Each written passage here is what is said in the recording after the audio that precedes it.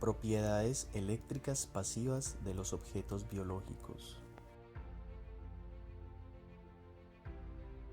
Integrantes: María Camila David Leal, José Danilo Zuluaga Santa, Juan Manuel Cortés Restrepo, Luisa María Murillo Rodríguez, Manuela Saldarriaga Gallego y Kathleen Ortiz. Pero, ¿qué es la electricidad y cómo se manifiesta?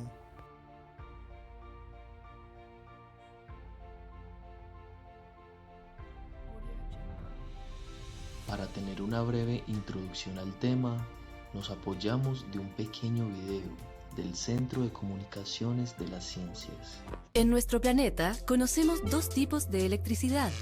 La electricidad en la materia viva, como en las células y animales, y la electricidad en la materia inerte, como en los metales o los cables de una casa.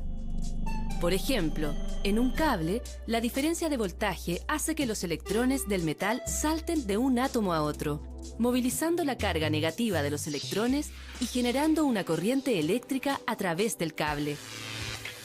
En los seres vivos, la electricidad se produce en las células, como las neuronas, que se comunican mediante impulsos eléctricos. La contemplación de una imagen o la contracción de un músculo es el resultado de la función de cientos o miles de células. Tanto en el citoplasma como en el líquido extracelular existen unas diminutas especies químicas llamadas iones, los cuales son átomos con carga responsables de generar las corrientes en las células. Las células y su entorno tienen montones de iones, los cuales provienen de nuestra dieta. Cuando comemos un plátano, el potasio que contiene forma iones con carga positiva en nuestro organismo.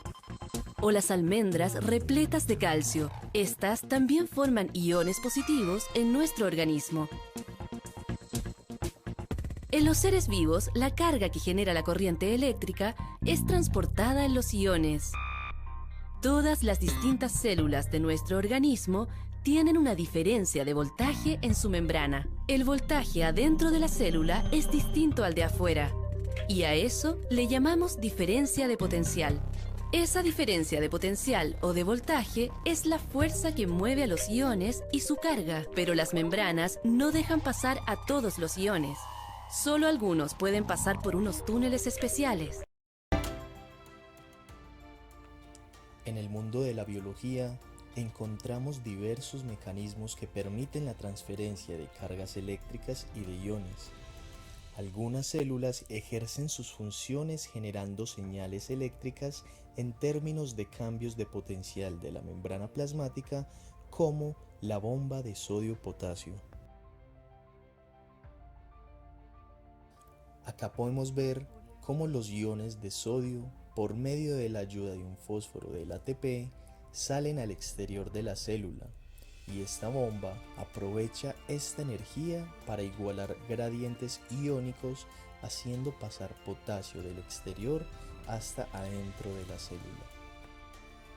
Existen algunas células eléctricamente excitables, como lo son las células musculares, que nos permiten movernos y exhibir nuestros cuerpos fitness. Las secretoras, que pueden estar en el cerebro, el hígado y demás partes del cuerpo, y las neuronales, que nos permiten llevar mensajes electroquímicos al cuerpo, y entre todas estas nos permiten hacer este gran video. ¿Qué son esos impulsos eléctricos? Son señales breves y de gran amplitud, potenciales de acción cuya función es transmitir la información rápidamente. Debido a estos impulsos electroquímicos, nuestras neuronas logran enviar rápidamente señales que se transforman en información para nosotros. ¿Cuáles son las propiedades eléctricas pasivas de la neurona? Resistencia de la membrana en reposo.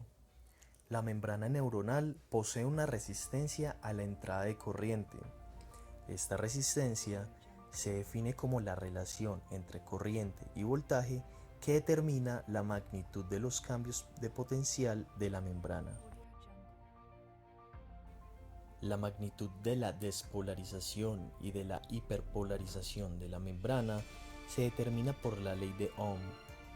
donde delta de V es el cambio del potencial, I es la intensidad de la corriente y donde Ren es la resistencia de la entrada. La capacitancia de la membrana. Esta propiedad es la encargada de prolongar la duración temporal de las señales eléctricas, pero enlentece la respuesta del voltaje.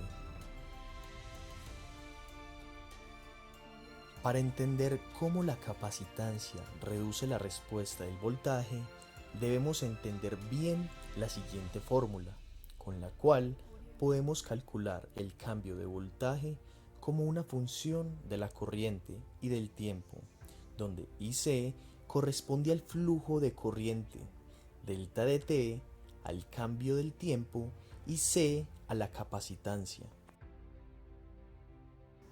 Como tercera y última propiedad de la neurona, vamos a hablar de la resistencia axial. El soma de una neurona se puede considerar como una esfera, por lo que el efecto de la distancia sobre la propagación de la señal es despreciable.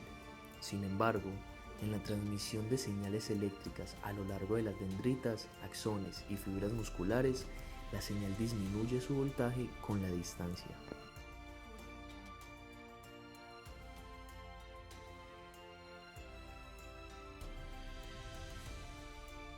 ¿Cómo ocurre esta disminución en la propagación?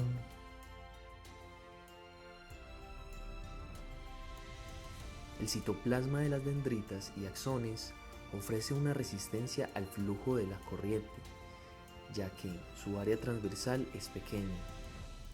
La resistencia es inversamente proporcional al área, por lo tanto, mientras menor sea el radio de las dendritas y axones, menor será la propagación de la corriente, porque la resistencia será más grande.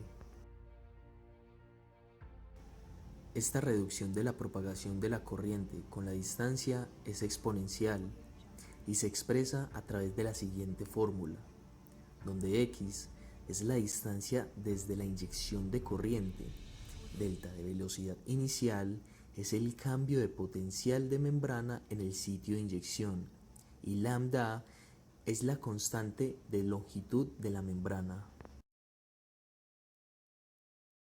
Bueno, mucha guachavita pues, se me van.